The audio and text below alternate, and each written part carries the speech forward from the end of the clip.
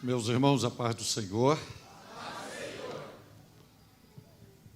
Meu tributo de gratidão ao bom Deus, por sua generosidade, pelo seu amor, por sua bondade, graça, misericórdia, pelo privilégio celestial que Ele me concede, poder estar neste santuário com a noiva do Cordeiro, celebrando o seu nome e com uma dádiva divina de poder dizer que o Senhor é bom e a sua misericórdia dura para sempre.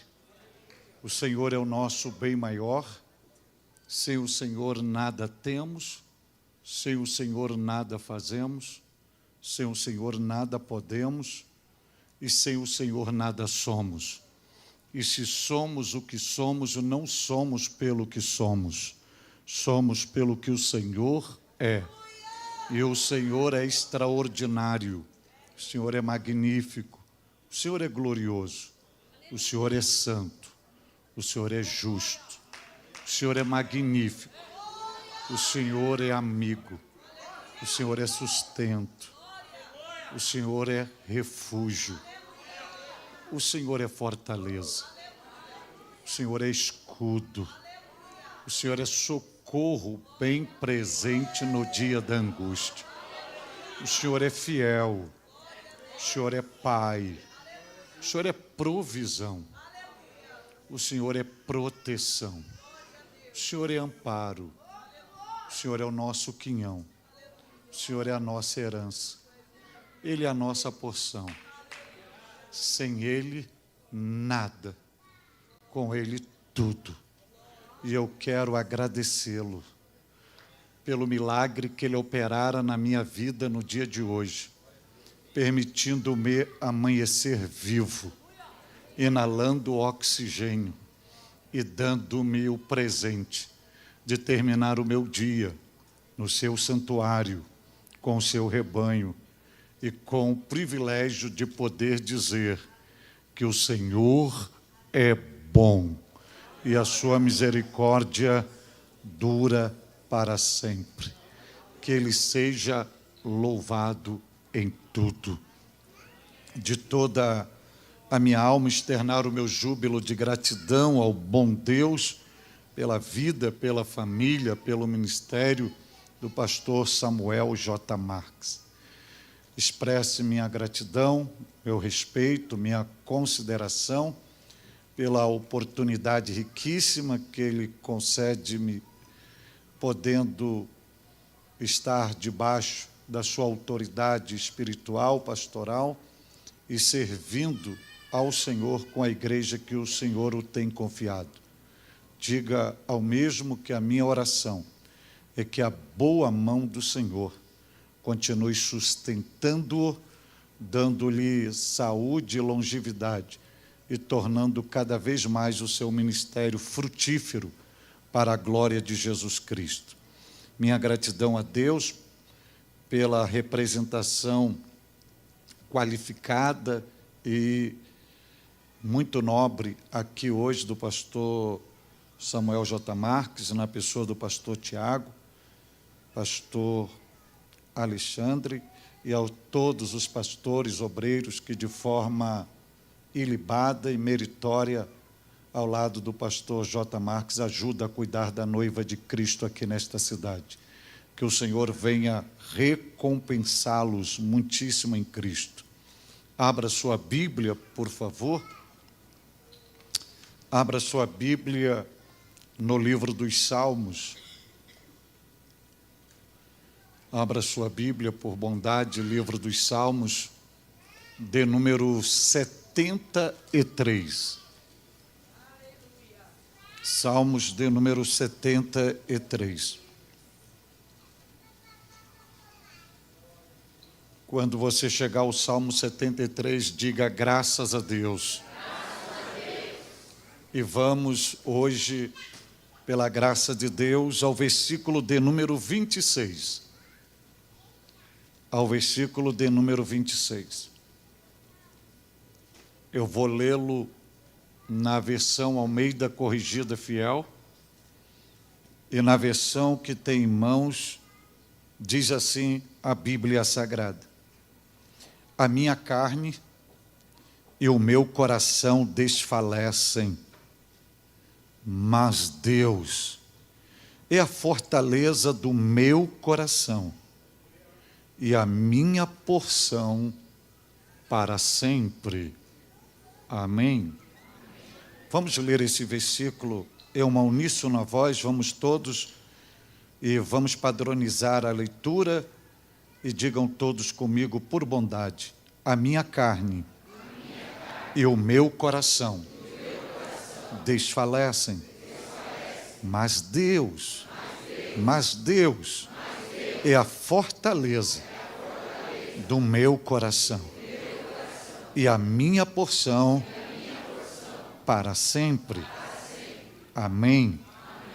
Há uma probabilidade muito grande de você ter uma versão distinta da minha, e ao invés da palavra porção, você vai ter aí a palavra herança, que é a mesma ideia, é o mesmo sentido e a mesma objetividade. Por bondade, assentai-vos. E se eu posso pedir uma generosidade aos irmãos, eu vou pedir que mantenha a sua Bíblia aberta neste versículo. Eu vou utilizá-lo para fazer uma ministração expositiva para o vosso coração. Não vou falar nada que os senhores e senhoras já não saibam. Eu vou apenas lembrar aquilo que os irmãos já conhecem, e esta lembrança visa fertilizar o solo do seu coração para que, na trajetória deste ano, os irmãos possam ter combustíveis para seguir a jornada e superar as adversidades, os problemas que surgem na trajetória de cada um de nós. E essa metodologia de superação é quando a gente passa a ter uma compreensão do nosso estado de vida, tanto diante de Deus, diante dos homens e diante de nós mesmos. Esta é a minha proposta hoje aqui. Como os irmãos bem viram e são testemunhas oculares, nós hoje estamos diante do Salmo 73. Há uma probabilidade muito grande dos senhores, no exercício do desenvolvimento da fé cristã de cada um de vós, já terem ouvido uma série de ministrações baseado neste livro, neste capítulo, e o referencial a este personagem.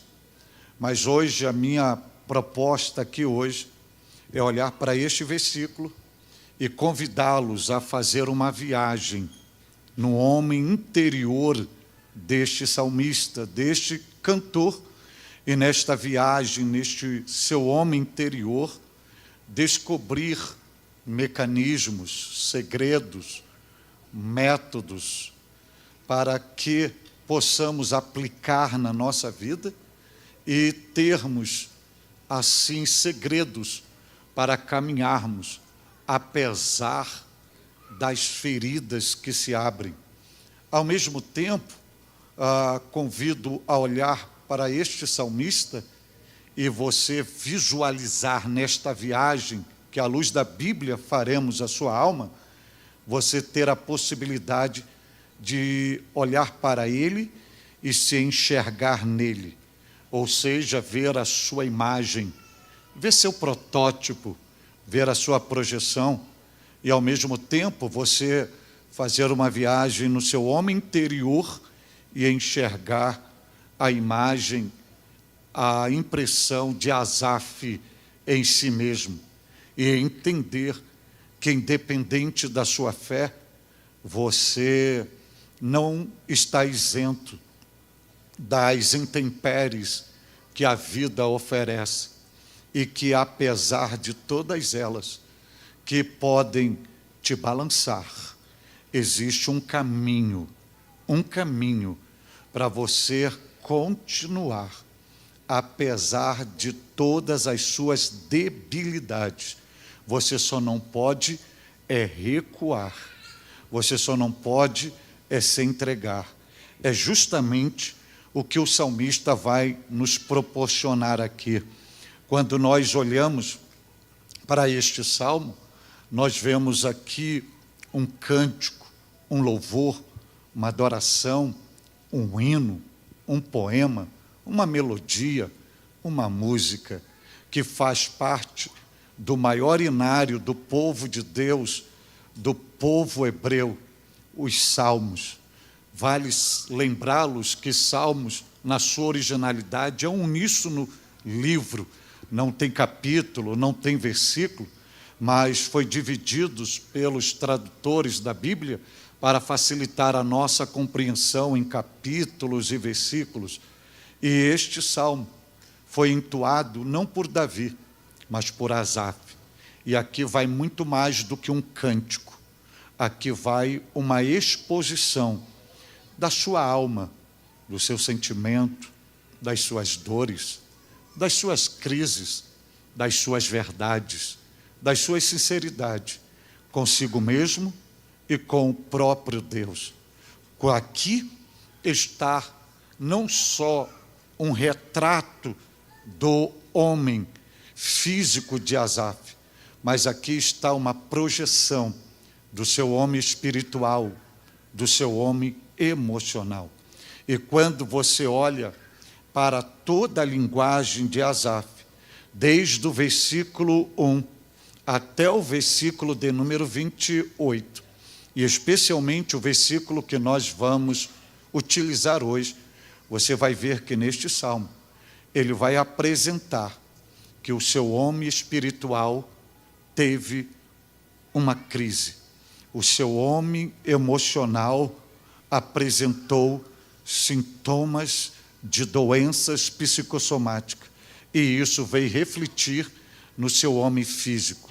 Asaf, na verdade, ele está fazendo uma exposição, uma anamnese do seu homem interior. Ele não está fazendo apenas uma apresentação da sua estrutura física ou biológica, mas ele está removendo o seu homem interior e expondo para o lado de fora, numa crise a qual ele está mergulhado, em busca de uma cura total, em busca de um tratamento, em busca de uma saída, porque ele não quer continuar numa linguagem bem odierna, lambendo as suas próprias feridas. E por que Asaf está tanto doente? Porque ele, no momento da trajetória da sua vida, sendo um adorador, sendo um músico, sendo um servo de Deus, ele tira os olhos de cima de Deus e ele vai fazer uma metodologia comparativa da sua vida, não com aquilo que Deus traçou para ele, com desígnios, com propósitos, para a trajetória da sua vida, mas ele vai fazer a metodologia comparativa da sua vida baseado na vida de ímpios, de pessoas que não têm comunhão com Deus, que a Bíblia, a própria Bíblia ensina que não tem nada a nos ensinar, que não tem nada para acrescentar, que não são modelos referenciais para nós, porque vivem alienados da comunhão e da presença de Deus. Suas trajetórias são diferentes, suas vidas são distintas, suas práticas não têm nada a ver conosco. E Asaf tira os olhos de cima de Deus e passa a olhar para a vida dos ímpios e ver que os ímpios estão prosperando e ele está na escassez. Ele percebe que os ímpios estão festejando e ele, mergulhado numa tristeza profunda, ele percebe que a vida dos ímpios estão progredindo e a dele está paralisada. Ele percebe que os ímpios estão fazendo festa enquanto ele carrega sentimentos fúnebres. E quando ele faz a metodologia comparativa, aflora a grande crise, ao ponto de Asaf, por um passo a mais, desviar-se totalmente da presença de Deus. E não sou eu que digo isso, é ele mesmo que afirma isto no versículo 2 do Salmo 73, quando ele diz: quanto a mim, os meus pés quase se desviaram. Quase se desviaram. Ou seja, ele chegou no quase. Ainda bem que Deus nos dá a possibilidade de viver o quase. Ele disse: quase se desviaram. E ele vai dizer: pouco faltou para que escorregassem os meus passos. Ou seja, ele, numa linguagem bem contemporânea, ele está de ribanceira abaixo. E ele diz: eu não só desviei, eu só não abandonei a fé, eu cheguei a quase a negar a fé. Quase os meus pés saem do caminho. E ele vai dizer isto, ele vai dizer nessa crise tão profunda, e isso vai mexer com o seu homem espiritual. E ele vai alimentar a ideia que não vale a pena ser fiel a Deus. Ele vai alimentar a ideia que não vale a pena se santificar, se separar para o Senhor. Ele vai alimentar a ideia que não vale a pena cultivar uma vida inocente, pura, justa, íntegra, no altar de Deus. Que tudo isso é uma perda de tempo, estar servindo a Deus, enquanto o ímpio está mergulhado na praticidade do pecado, e aquele que se reserva para o Senhor está sofrendo diariamente. E é ele que vai dizer isso no versículo 13, quando ele diz: na verdade, que em vão tenho purificado o meu coração. Olha o que ele está dizendo: em vão tenho purificado o meu coração, e em vão lavei as minhas mãos na inocência. Aí ele vai dizer no versículo 14, porque ele alimenta a ideia que servir a Deus é em vão. Ele diz: porque todo dia tem sido afligido, e toda manhã eu tenho sido castigado. Ele está mergulhado nesta crise, e mesmo ele quase se desviando,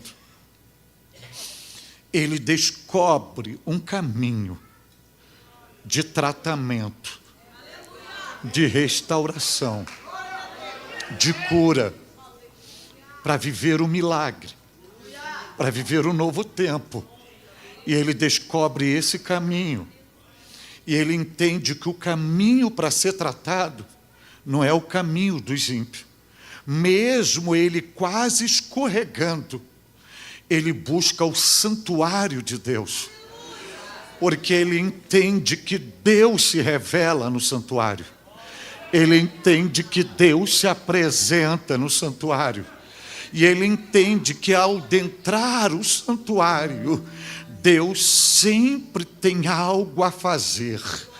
Que Deus não deixa nenhum servo, mesmo que chegue se rastejando, ferido, em lágrimas, quase desviando, que Deus não deixa voltar para casa da mesma maneira que chegou no santuário. E ele entra no santuário todo machucado, em crise. Aí ele diz: até que, ainda bem que Deus coloca na nossa vida não somente o quase, mas Deus também coloca até que, diz ele, que entrei no santuário. E quando ele entra no santuário, Ele diz: então entendi. Então a primeira ação de Deus foi na sua mente, no seu entendimento, na sua compreensão. O primeiro milagre que ele vai viver é uma mudança de mentalidade. Já não tem mais pensamentos negativos, destrutivos, fúnebres, de fracassos, de invejas. Ele tem uma mudança de mentalidade. Aí ele diz: entendi que o segredo de viver com Deus não está apenas naquilo que a gente vive hoje, que o hoje é só um processo, que hoje é só uma escola, que hoje é só um treinamento, que hoje é só um aperfeiçoamento, que hoje é só um tratamento, que hoje é só um amadurecimento. Mas o grande segredo de servir a Deus é o destino, é onde vamos chegar, é onde vamos alcançar, é o nosso alvo.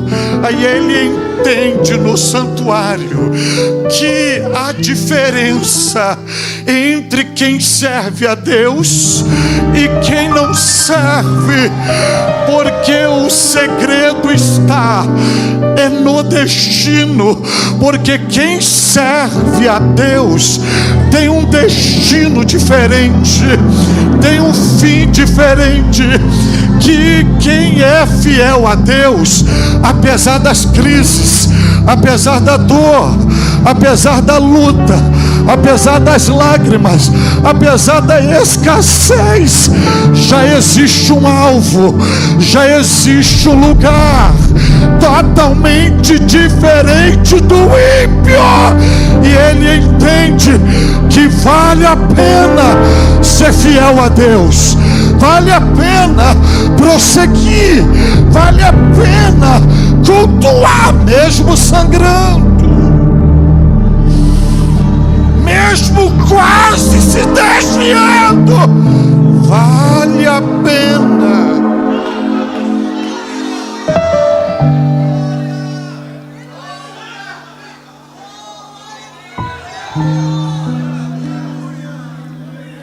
Mas ele descobre isto: seu homem espiritual é tratado, mas o seu homem emocional continua doente. Isso significa que você pode ter qualidade de vida espiritual, mas você pode ser um mendigo emocional. Porque o teu homem emocional é distinto do seu homem espiritual. E a prova disso é ele mesmo que diz no versículo 21. Quando ele diz assim: assim o meu coração se azedou.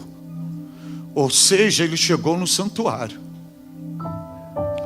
mas ele abre os seus lábios para dizer: meu coração se azedou. Isso significa que ele havia perdido o sabor da vida, porque um coração azedo é caracterizado por mágoas, amarguras, decepções, frustrações e tristezas profundas, onde a pessoa vai se tornando um defunto ambulante, porque ela vai morrendo aos poucos em si mesma. Mas ele não diz apenas que o coração dele azedou. Ele vai dizer: sinto picadas nas minhas entranhas, em outras versões, nos meus rins, que é uma representação do aspecto da natureza emocional. Ele não tinha alegria mais, não havia mais gozo dentro dele. E ele vai resumir toda a história da vida dele no versículo que lemos. quando ele diz assim: e a minha carne e o meu coração desfalece. Se você olhar, tem dois pronomes possessivos se repetindo na linguagem de Asaf.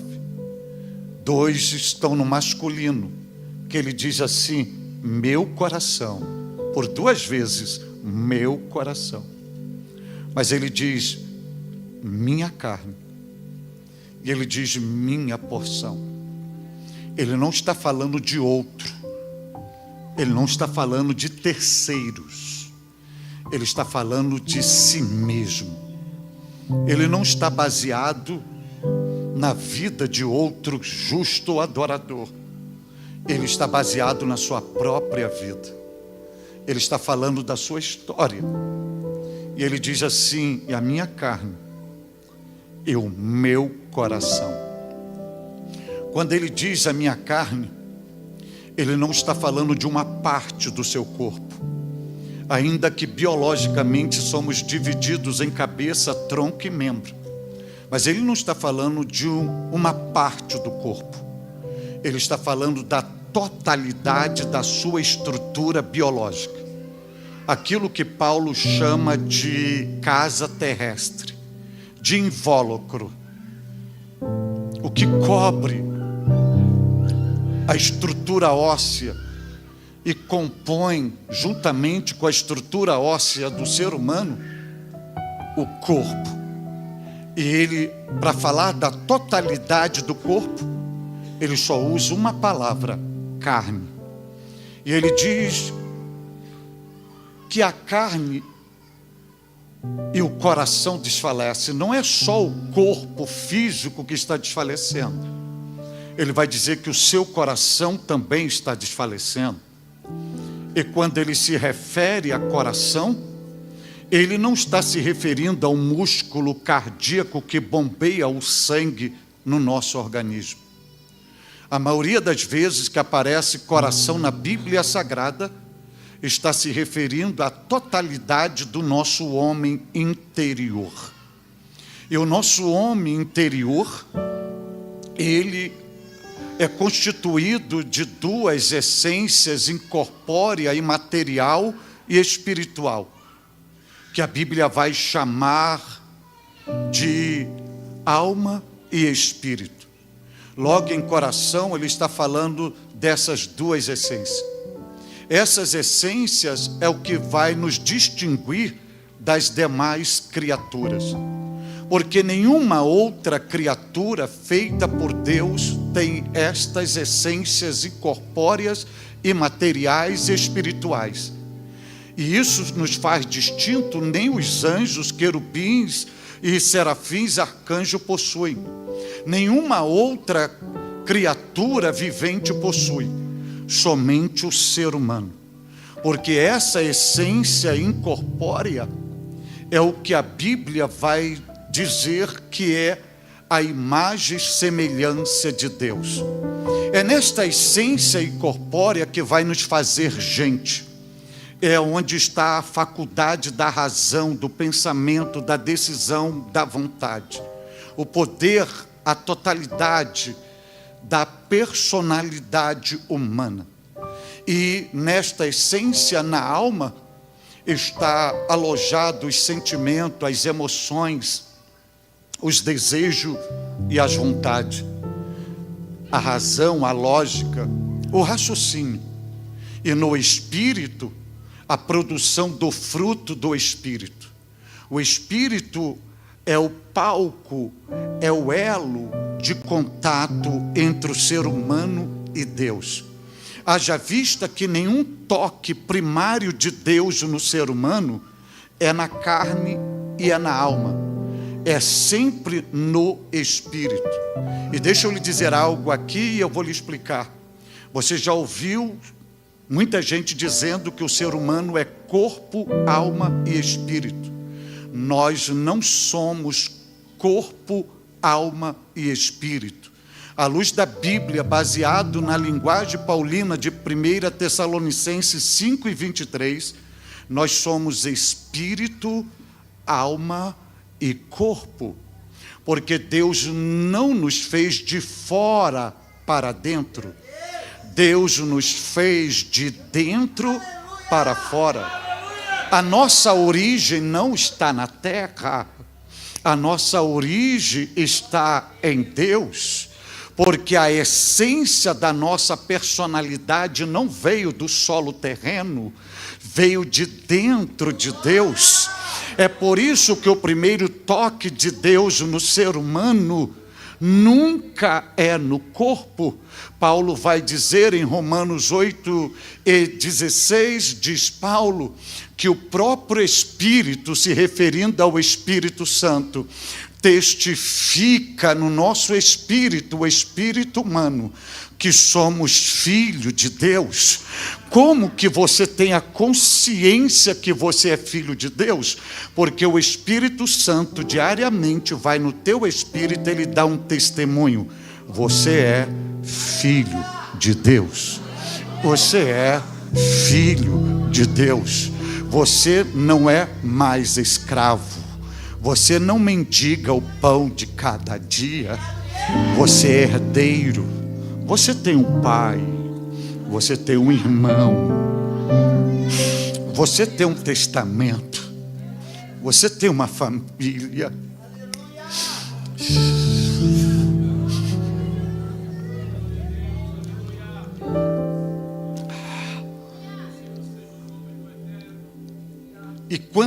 E isso prova tanto que o ser humano é a única criatura de Deus que Deus fez, que é a única criatura que pode estar com os olhos vendados, com os ouvidos tapados e com a boca lacrada, com as mãos algemadas e os pés amarrados.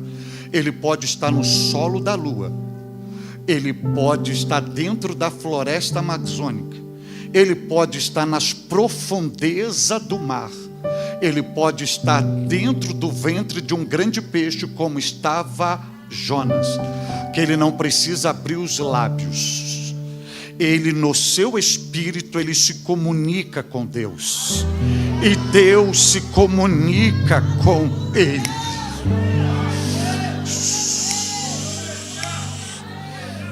Veja que vocês disseram aleluia, vocês disseram glória a Deus, e vocês adoraram sem eu pedir para vocês adoraram. Essa reação de vocês não foi mecanizada, é uma comprovação de tudo aquilo que eu acabara de dizer para vocês. Por que vocês disseram aleluia? Por que vocês disseram glória a Deus? E por que vocês levantaram a mão? Não é porque vocês são pentecostais e assembleanos, é porque o Espírito Santo foi no seu espírito e testemunhou um culto de adoração a Deus e disse no seu espírito, glória a Deus, disse no seu espírito, aleluia, e você reproduziu isto, aleluia, glória a Deus, porque Paulo vai dizer isso aos Coríntios no capítulo 12, versículo 3, dizendo, ninguém pode dizer Senhor, Senhor, se não for pelo Espírito do Senhor. É por isso que você está levantando a mão. E quando ele diz, a minha carne e o meu espírito e o meu coração desfalecem, então ele está falando do seu espírito, falando da sua alma e falando do seu corpo. Ele está falando do seu homem espiritual, do seu homem emocional e do seu homem físico. Só que ele diz assim, a minha constituição tríplice está desfalecendo. Desfalecendo. E para quem ele está dizendo isto? Ele está dizendo para Deus. E ele está dizendo para si mesmo. E quando ele diz, a minha carne e o meu coração está desfalecendo, é porque ele fez uma viagem introspectiva nele mesmo e ele percebeu que existe algo anormal dentro dele. Ele chegou à conclusão que ele não está bem. Ele reconhece que algo precisa ser tratado. E, no entanto, ele faz uma exposição de como Ele está. Isso vai nos ensinar o seguinte: existe um versículo bíblico que a gente só utiliza no momento da ceia, e conecta esse versículo, esta palavra, a pecado. Mas esse versículo, além de servir para isto, mas não é só para ser usado em momento de ceia, tem que ser usado diariamente. É quando Paulo diz aos Coríntios 11, na primeira epístola: examina-se, pois, o homem a si mesmo. Diariamente a gente tem que amanhecer e fazer um autoexame de nós mesmos, olhar para dentro de nós, para ver o que está acontecendo, porque não pense que você é a mesma pessoa que fora ontem. Biologicamente você está envelhecendo mais um dia, psicologicamente você está, após os 35 anos, descendo os degraus da vida, e você não pode pensar que você vai ser 365 dias do ano, e neste ano de 2024, 366, que você vai ser o grande herói da fé, porque você vai amanhecer dias que você não vai suportar nem a sua estrutura biológica, e ninguém do lado de fora vai fazer o exame. Quem tem que fazer o autoexame é você. Fazer essa investigação, esta sondagem, e perceber que você não é a mesma pessoa que fora ontem, que você não está adorando na mesma eficácia que estava adorando, que você não exerce mais o fervor espiritual quando abraçou a fé, que você não consegue caminhar com todo vigor como caminhava. Você tem que olhar para si mesmo e perceber que suas forças já não são mais a mesma.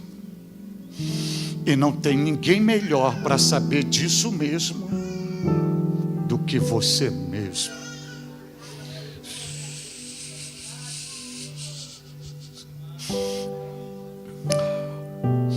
Outra verdade que eu aprendo aqui é a ousadia que o salmista tem, esse adorador, de dizer: a minha carne e o meu coração desfalecem. Porque ele poderia maquiar, vestir uma fantasia e usar a religiosidade e viver de faz de conta. Mas ele não entra por esse caminho.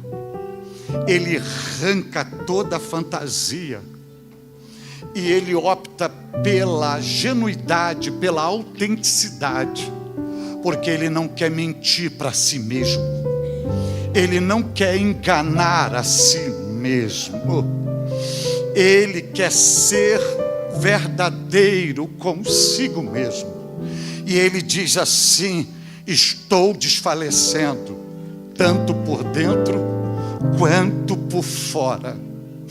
Estou desfalecendo. O que ele nos ensina? Não viva de maquiagem. Não use fantasia. Não viva mascarado.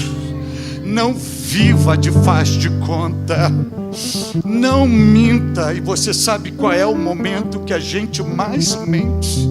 É quando a gente pega esse instrumento, quando a gente diz: estou alegre com Jesus, quando por dentro existe um barril de pólvoras. Eu estou feliz, mas o coração está sangrando. E a Bíblia não nos ensina isto. E não adianta você se maquiar, porque a sua máscara facial revela como está o seu interior.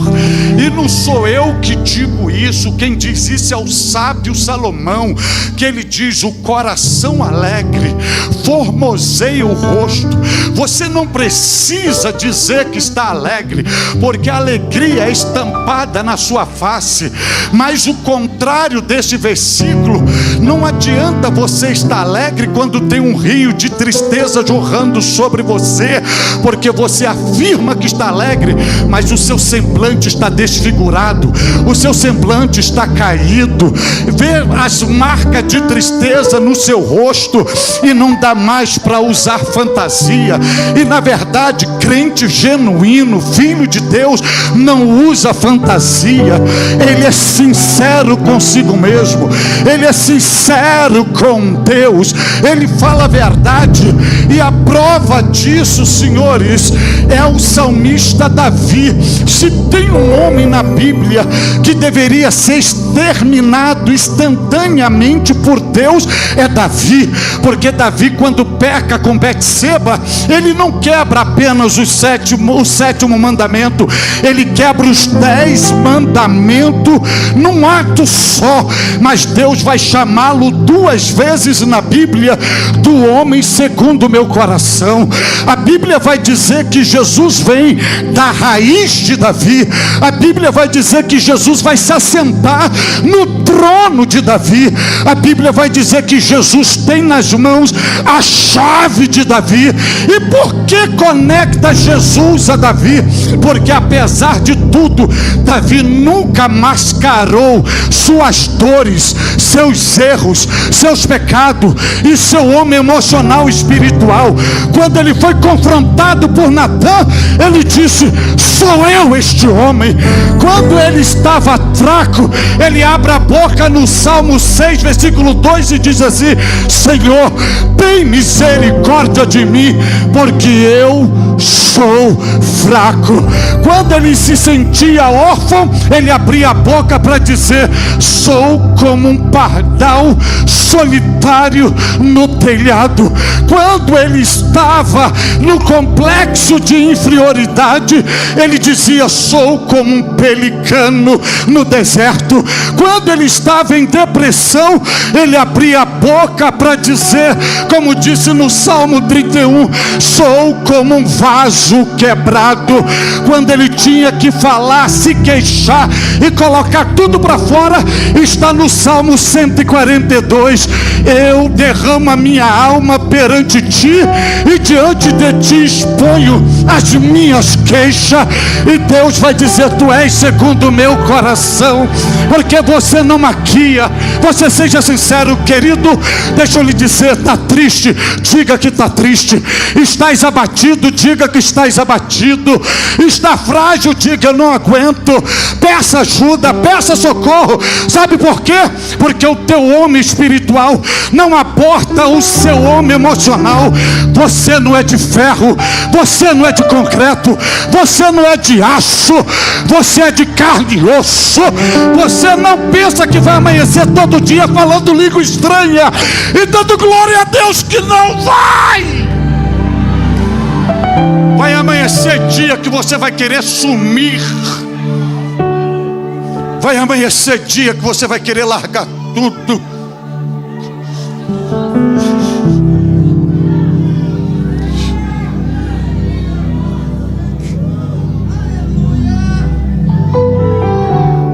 Vai amanhecer dia que o alimento matinal está à mesa, mas cadê o apetite?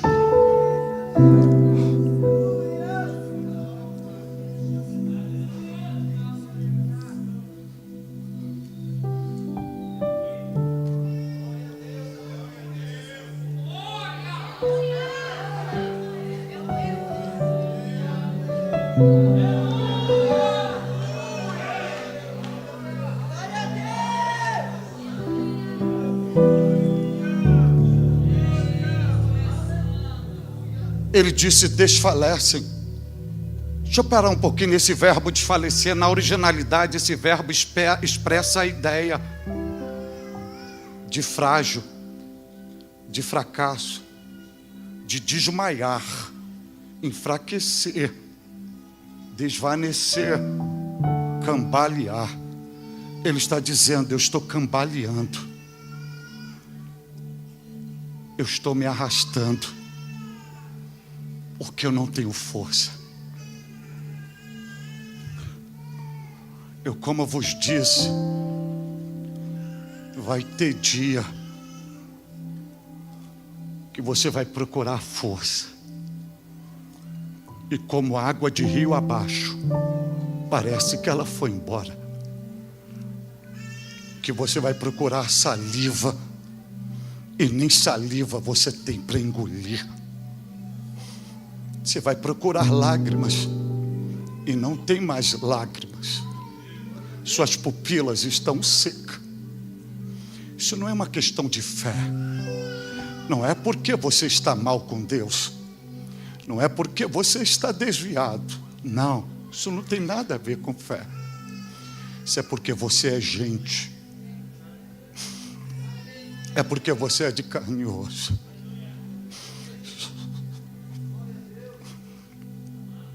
E você vai estar se arrastando, porque a cruz pesa. A cruz pesa. E você não é melhor do que Jesus. Jesus, quando estava na Via Crucis, levando o patíbulo para o Gólgota para ser crucificado, você já ouviu várias gente pregando que ele foi até o fim levando a cruz. Ele não levou a cruz até o fim. No meio do caminho ele desfaleceu. Ele cambaleou. E pegaram um sirineu para ajudá-lo. O sirineu que levou o patíbulo. Mas mesmo ele se arrastando, ele não olhou atrás, sangrando, com pouca força, mas continuava indo. Ele não abriu mão do propósito. Deixa eu te dar um conselho aqui. Se você não consegue correr mais, diminua os passos e dá passos largos. Se você não consegue dar passos largos, diminua mais os passos e dá passos curtos, mas não volte atrás.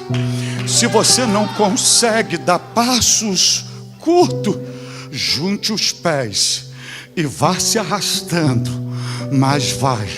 Vá se arrastando, mas vai.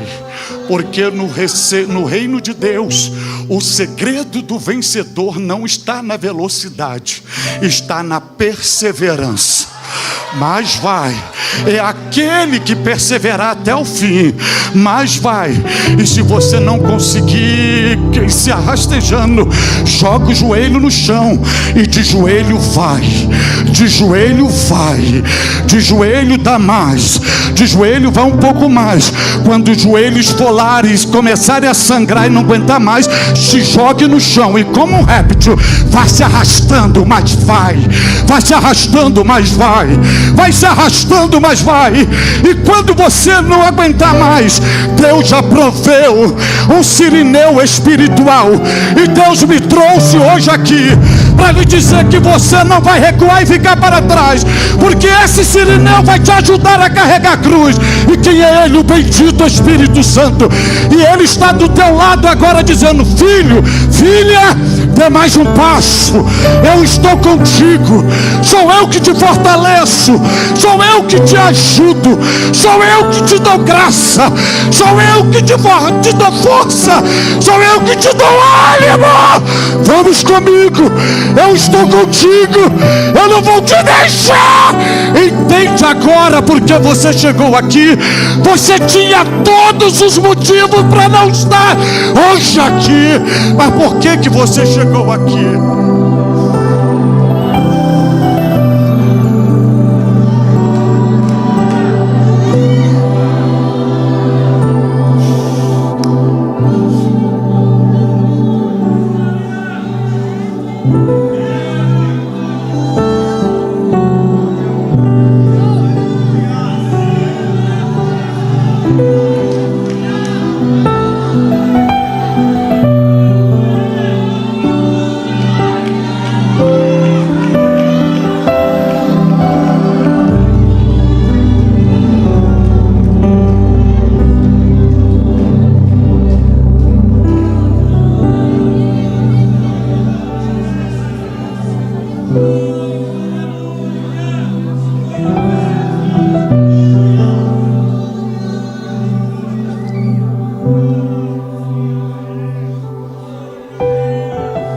minha carne e meu coração desfalecem.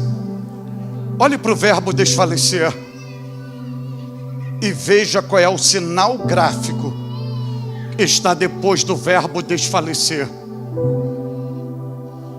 Vê se é um ponto final ou veja se é um ponto e vírgula. Veja como que a mente de Deus é fértil. Veja como o Espírito Santo trabalha. Depois do verbo desfalecer não tem um ponto final, tem um ponto e vírgula. E qual é a diferença do ponto final para o ponto e vírgula? Porque se tiver e a minha carne desfalece, ou seja, sua vida só seria marcada por fraquezas, sofrimento.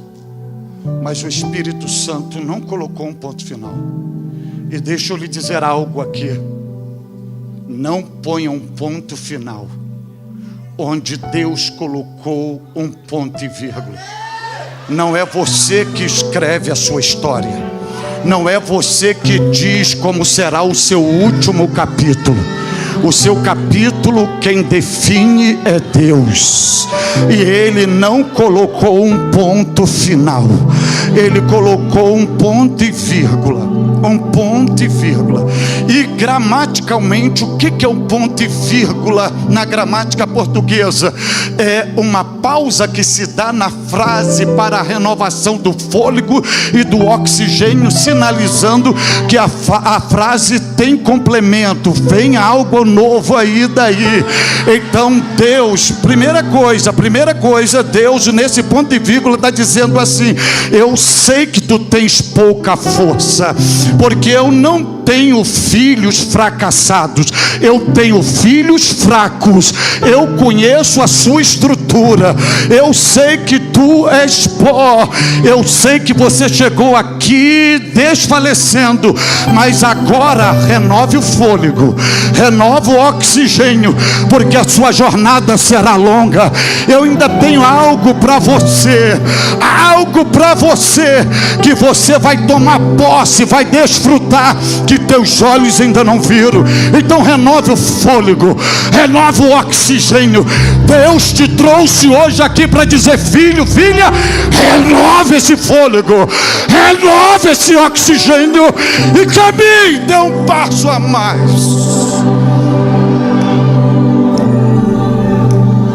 Aleluia. E por obediência e ética pastoral, eu vou parar nesse ponto e vírgula. Aí no próximo janeiro profético eu venho terminar a parte B do versículo. Agora olhe para o ponto e vírgula. Por que um ponto e vírgula e não um ponto final? Porque ele chegou desfalecendo, cambaleando. E se é para renovar o fôlego, é porque ele não está morto, ele está respirando. Eu não quero mexer com a sua emoção, mas se você perceber, se só for valorizar isso na pandemia, o valor do oxigênio, se você percebesse o poder da expiração e inspiração, você vai entender: apesar de tudo, ainda estou respirando.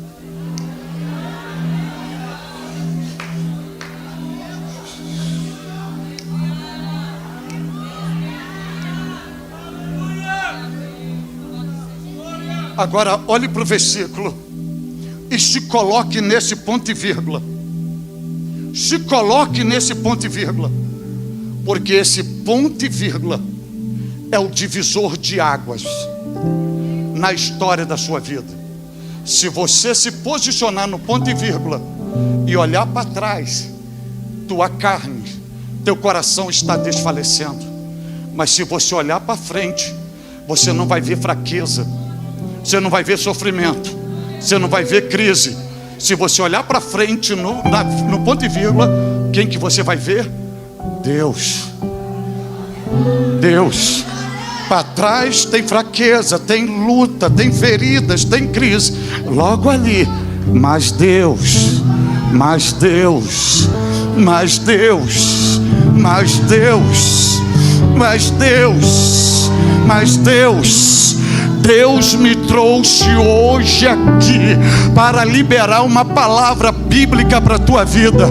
Hoje Ele escreve uma nova fase na história da sua vida.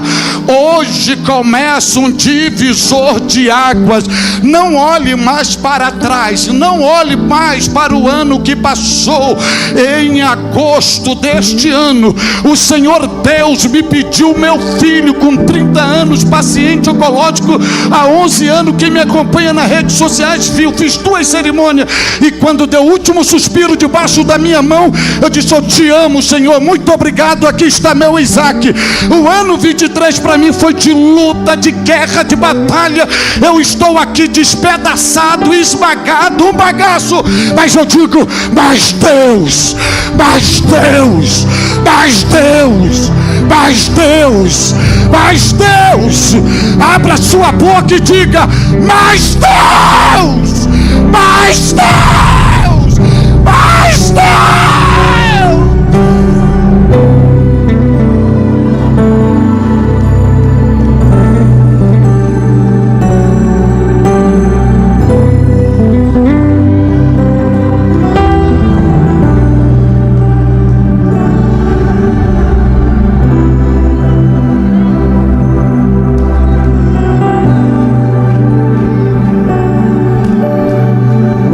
Por gentileza, se coloque em pé.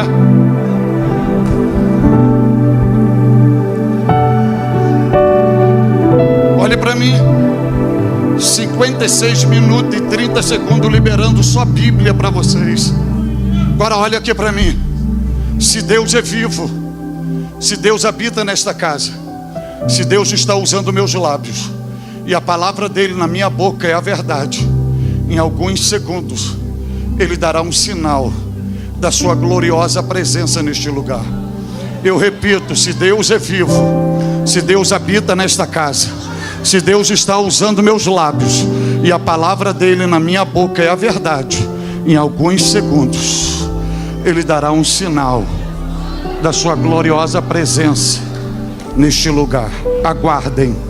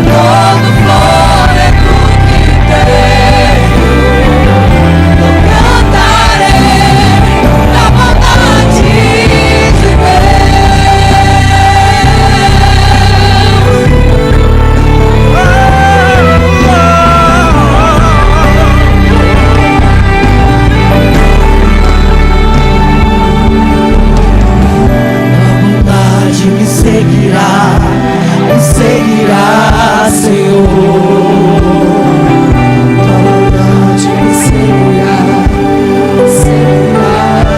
Esse aroma de adoração, eu quero me dirigir a duas classes de pessoas.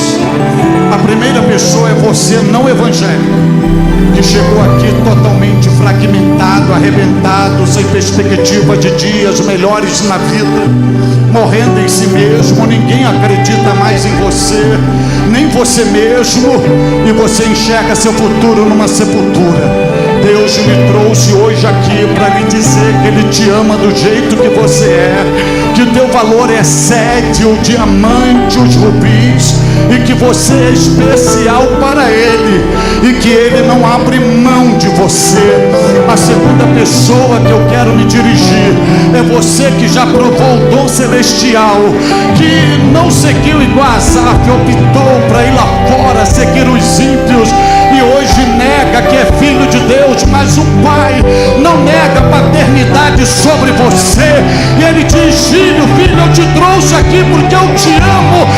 Deixa eu te carregar nos meus braços, deixa eu cuidar de você, porque você é meu tesouro, é a menina dos meus olhos. Deixa eu te dar um novo sentido na vida, e isso só é possível você reconhecendo Jesus, se reconciliando com Jesus, aceitando como o Senhor e Salvador da sua vida, porque Jesus é o único caminho, a única verdade, a única vida. Ninguém vai ao Pai a não ser por Jesus, o único mediador entre Deus e os homens, o único nome a qual devemos ser salvos é o nome de Jesus. E eu quero lhe ajudar hoje aqui, eu quero orar por você, com você, e eu quero lhe convidar agora, onde está a primeira pessoa não evangélica, afastada do evangelho, que deseja Jesus como seu Senhor e Salvador. Se você o deseja, levante uma das suas mãos como um sinal. Eu quero orar por você hoje aqui, onde está uma pessoa que deseja Jesus como Salvador. Veja uma irmã desta igreja, uma pessoa membro desta igreja, para ajudar esta jovem aqui com a sua mão levantada, se aproximando do altar, aceitando a Jesus como Salvador. Onde está a segunda pessoa para Jesus? Onde está a segunda pessoa? Está chegando a segunda pessoa, tem mais uma pessoa para acompanhá-la. Onde está a terceira pessoa para Jesus? A terceira pessoa, a tua decisão definirá onde a tua alma passará a eternidade, no céu ou no inferno, com Cristo ou com o diabo, na luz ou nas trevas. Venha Jesus, a terceira pessoa chegou.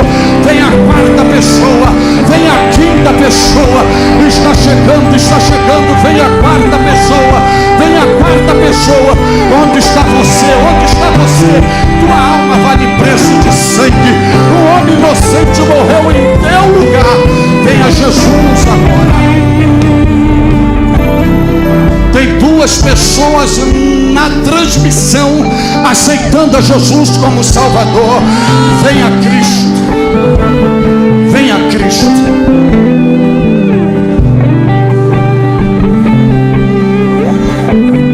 Olha só, faça silêncio total. Deixa o controle do mundo espiritual aqui comigo, por favor. Eu sei da ética do pastor Samuel J. Marques, mas eu não posso sufocar ou abortar o que o Espírito de Deus está impelindo a minha alma. Eu estou ministrando, estou aqui, o Espírito de Deus me impelindo, e Ele está me impelindo a cerca de 7 pessoas. Ele me dá o número 7 pessoas que estão hoje neste santuário, mas que não podem voltar para casa hoje sem uma aliança com Jesus. Essas 7 pessoas estão com os pés escorregadios para uma grande desgraça. onde no mundo espiritual o adversário preparou para ceifá-las. E o Espírito Santo diz: eu trouxe elas hoje aqui para dar a elas um grande livramento. Porque hoje é o último livramento que eu estou dando a elas. Tem 7 pessoas me ouvindo hoje aqui. 6 agora na informação, na transmissão ao vivo. 6 na live. Mas o Espírito de Deus fala comigo aqui dentro. São 7 que não podem voltar para casa sem uma aliança com Jesus. É o teu destino. É a tua alma que está em jogo. Se você tem amor por si mesmo ou por si mesma, o momento é agora. Venha a Jesus, antes que seja tarde demais. Onde está a primeira das 7? A primeira das 7. Está vindo a primeira das 7. Eu quero a segunda das 7. Eu quero a segunda das 7. Urgentíssimo. Eu disse que é urgentíssimo, porque é uma questão de vida ou morte. E eu estou esperando a segunda das 7. 7 na live. Como o Espírito de Deus trabalha. Onde está a segunda pessoa? Eu estou te aguardando aqui. Na live vai chegar a 10. Eu estou te aguardando aqui. A tua decisão definirá o destino da tua alma. Você vem agora, ou será tarde demais? E você que está afastado do Evangelho, eu te aconselho a não voltar para casa sem antes fazer uma aliança com Jesus. Porque a última trombeta pode tocar esta noite. E você corre o risco de ser candidato à marca da besta. Hoje é o teu dia. E eu sei o que eu estou ministrando aqui.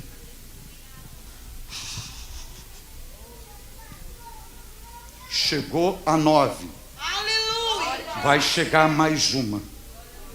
A você que me ouve no santuário, você só tem 10 segundos para sair do seu lugar e vir a Jesus. Você só tem 9 segundos. Você só tem 8 segundos para escapar com vida hoje aqui. A live bateu 10. O Espírito Santo não mente. Quando eu comecei a falar, tinha só 2. Você só tem 6 segundos para escapar com vida esta noite. Está vindo a segunda. Eu sei o que eu estou ministrando aqui. Você tem 5 segundos para escapar da condenação eterna, do lago de fogo. Você tem 4 segundos para não conviver eternamente com o diabo e seus anjos no inferno. Onde está você esta noite? Você tem 3 segundos para se tornar verdadeiro filho de Deus. Onde está você? Você só tem 2 segundos para você se tornar. Meu Deus, está vindo a terceira, está vindo chorando. Olha como vem a 4ª, a 5ª pessoa, vem chorando, vem chorando. Vem chorando. Vem chorando. Chegou a sexta. O Espírito de Deus mandou eu dizer para vocês, quantas eram? 7, ok? 7, ok? O Espírito Santo disse que eram quantas? Não, daqui a pouco eu pego aí a cota. Ele disse que era 7, não era? Então, para vocês verem que não tem nada de homem aqui. Ele colocou no meu coração a mensagem e o número. E ele disse que era 7. Ele não mente. Então eu vou pedi-lo para ele trazer a 7ª. Agora vocês me prometem, se ele trazer a 7ª, vocês darem glória a Deus até os pulmões de vocês racharem? Vocês prometem? Então faça silêncio. Meu amigo, meu companheiro, meu consolador divino, bendito Espírito Santo, tu que andas diariamente comigo, tu me deste o número de 7 pessoas que careciam da salvação. Só falta uma. E não é por força, não é por violência, é por teu operar, é pelo teu agir. Para a glória de Jesus, bendito Espírito Santo, toca no coração desta pessoa, quebranta o coração dela, derrame o amor de Deus no coração dela, mostra a obra do Calvário, o que Jesus fizera por ela, Espírito Santo, e por amor a Jesus, Espírito Santo, pega esta pessoa e conduz essa pessoa à salvação. Espírito Santo, não deixa essa pessoa ser destinada ao inferno.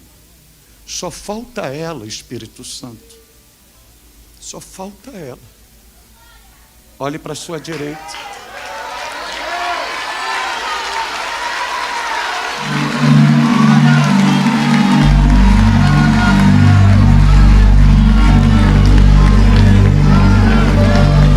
Vocês prometeram adorar a Deus até os pulmões racharem. Aqui tem mais de 10. Quanto tem aí na live? 17.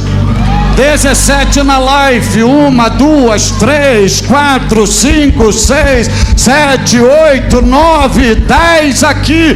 27 almas para Jesus no primeiro dia do janeiro profético. Quando pode estufar esse peito, abrir esses lábios e dar um brado de glória?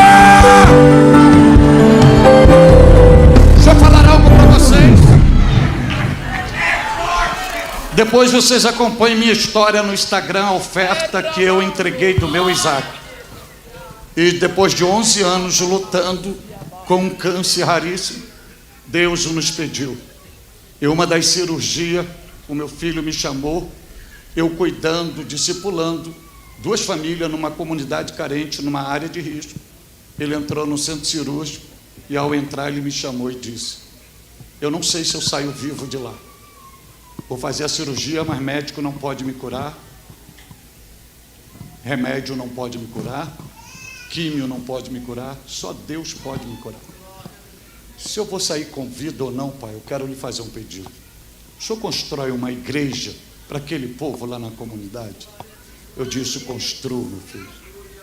E 15 de agosto que passou, Deus me pediu e entreguei, coração sangrando, mas amando a Deus, eu entreguei. Eu trouxe 17 livros meus. 3 trata só de doenças emocionais.